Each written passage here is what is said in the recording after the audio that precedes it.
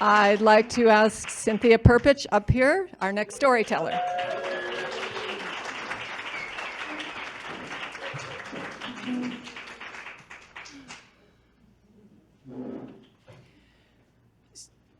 So what do you want for your birthday?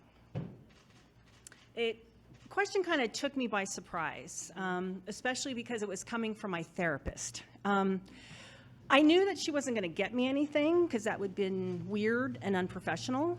But I knew what she was trying to do. She was trying to get me excited for my birthday. I was turning 26, and the previous year had had some painful memories around my birthday. So again, just trying to get me excited about my upcoming birthday. So she said, I want you to think of something really big, something you wouldn't even expect to get for your birthday. And I just thought, and I kind of blurted out, I want to swim with the dolphins. And I didn't know where that came from, because this was about 36 years ago, and it was long before dolphin swims became commercialized. It wasn't like you could go to SeaWorld and swim with the dolphins and do all that kind of stuff. I didn't know anyone who had done it. I didn't know anywhere you could do it. It was just something foreign to me. But my therapist was happy that I had come up with something, and so I felt, okay, I felt pretty happy about it too, and that was that. A few days later, I'm at work, and I tell my friend Jenna about the experience with my therapist. I worked in a trendy restaurant in Santa Monica, California. I had moved to LA to become a stand-up comedian. And the restaurant served not only as a place for me to make a living, all of us there were creatives. We were aspiring actors, singers, writers, dancers. And so it became a place of support and friendship. And so it was a very special place for me, having come to this new land where I didn't know anybody. So, LA. So the night of my birthday party, well, it wasn't really a birthday party. My friends took me out to dinner. And so after dinner, my friend Jenna sets this box down at the table. And I look at it, and it's wrapped, and it looks like a shoebox. And so I open it up. Ta-da! It's a shoebox. And on the outside of the shoebox, they're cut out from magazines, slogans from the Nike campaign, right? It was like, be brave, be fearless, you became important to yourself. So I opened up the shoebox, and inside it was painted blue like the ocean. There was a cardboard cutout of a woman swimming with my face pasted to it. And there were these two little wind-up toy dolphins, the kind of little screws, and then you can put them in for bath toys. And it was so cute and adorable, and I was like, you guys, this is so sweet. And then I looked, and on the inside of the shoebox top was an envelope, and it was taped. And on the outside, it said, just do it. And I opened up the envelope, and there was $65 and a brochure for a place in Key Largo, Florida that did dolphin swims. My friend Jenna said, we all pitched in. We found this place. We don't know how you're going to get there. We don't know how you're going to do it, but we know that you are going to go swim with the dolphins. And the weird thing is I knew it too. I had absolute faith that I was going to swim with the dolphins, which was not my regular MO. My regular MO was anxiety, fear, plan it, figure it out. So for me to have complete faith was just a foreign concept, but I did. And so there was one obstacle facing me in this dolphin swim adventure, was that I was broke. I was going to be 26. I'd used all my money to move up to LA. I had credit cards that were maxed out. I had no available credit. There was nothing of my own will or volition that was going to make this happen. So I had to have faith. So I waited. And I waited. And then a few weeks later, I overheard a hostess at work saying that she had got free round-trip tickets to go back home for the holidays. So I said, how? She said, well, I just did some work for a travel agent.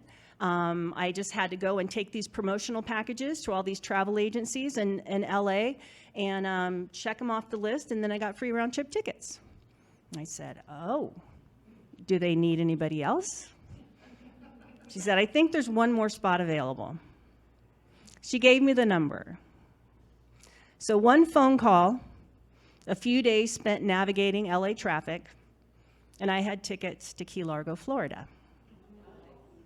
So now I had the tickets, I had the motivation and the desire, I put in some extra shifts, and I got enough money to pay for the hotel.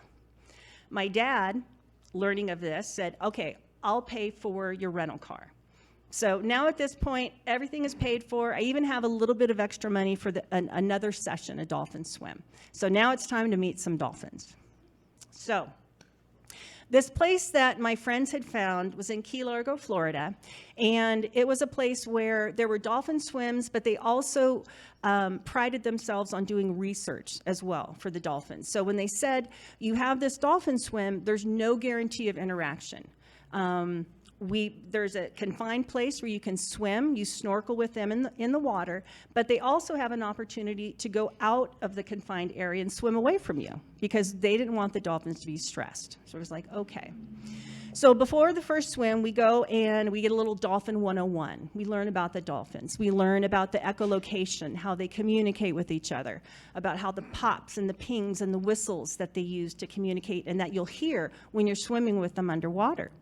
We also learned that they're naturally curious and that if you hum or you sing underwater, that they'll be drawn to you and that they'll come to you just because they're so curious and playful. We also learned that they're very playful and that part of their play can sometimes, well, can be sexual. That for a dolphin, play is play, right? A good time is a good time.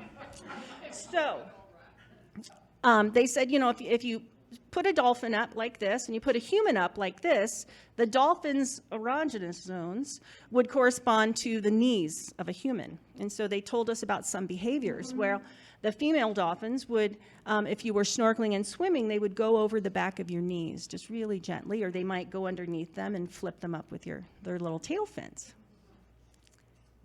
The male dolphins would swim with an erect penis and then hook you behind the knees and then roll you over in the water.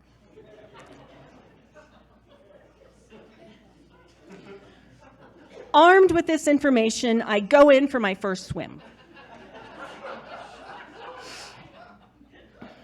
Now, there were about 6 people in the first swim. There was a family with some kids, and there was another woman. And it was really cool because just to hear the echolocation, just to hear them. And I remember seeing the sunlight in the water, but they were just kind of peripheral. They were not, they didn't seem like they really wanted to hang out. I think a lot of them just kind of went into the other pen. And I thought, okay, well, maybe that's it. Maybe that is my experience, kind of seeing them that way and hearing them. So the session was over. There's facilitators say, well, you have one more swim. It's just going to be you and this other woman. And we're going to feed them lunch. They're going to be much more relaxed. And I thought, okay. And then I did ask one question. And I was like, that first swim, did you see any male dolphins? She was like, no. I'm like, okay, they're all female. Great. Next time. I don't have to be worried about that.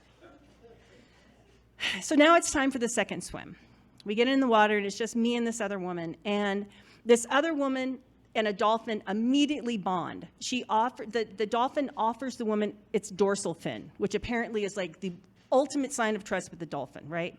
So they bond, they're swimming, and I'm by myself, and I'm humming and snorkeling, feeling rejected by dolphins, you know. And then all of a sudden, it's like 3 dolphins just come racing towards me. And so I freak out, you know, and I'm like, ah, and I'm above the water, and the facilitator's like, calm down, you're gonna lose their trust. And I'm like, now I'm freaking out that I've lost their trust. I'm like, so I'm snorkeling, and then it was like I had 3 dolphin besties.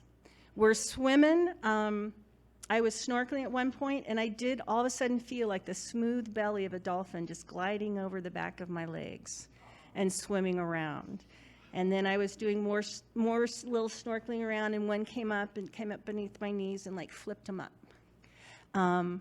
There was a point where I was snorkeling, and I could, the thing is, they would be far away, and the echolocation would get louder and louder and louder, so like, bing, bing, bing, bing, and you knew they were getting closer. And I turned my head, and there was just one dolphin just gliding past, just really close to me. And I remember it looked at me, and I looked at him. I don't think it was him. And it was magical. The facilitators gave me a hula hoop, and I had a little hula hoop in there, and the dolphins were swimming through the hula hoop. And it was just, like I said, it was magical. The whole thing was magical. It started with a birthday wish, and it grew from just a gift of just complete love and friendship. And then it just manifested with faith. And so I'm thinking about that dolphin story because this Saturday is my birthday. And so I'm thinking that I'm turning 60, so it's got to be a pretty big wish. Do you guys want to know what I'm going to wish for? I'm not going to tell you. You're going to have to come back for another storytelling session, and I'll tell you about that wish coming true, too. Thank you.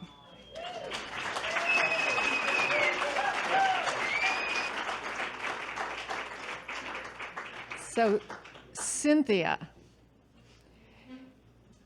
Wonderful. The one thing she would change about the world, more empathy. And the one person, her dad. We have a dad theme going tonight. And because he made this possible. He was one of the people that made this possible. And her question to the gods would be, is this just an experiment that's gone wrong? So Cynthia is a TV writer, producer, or she was a TV writer, producer, and she used to write for a dating game show. She also, as you know, used to be a stand-up comedian.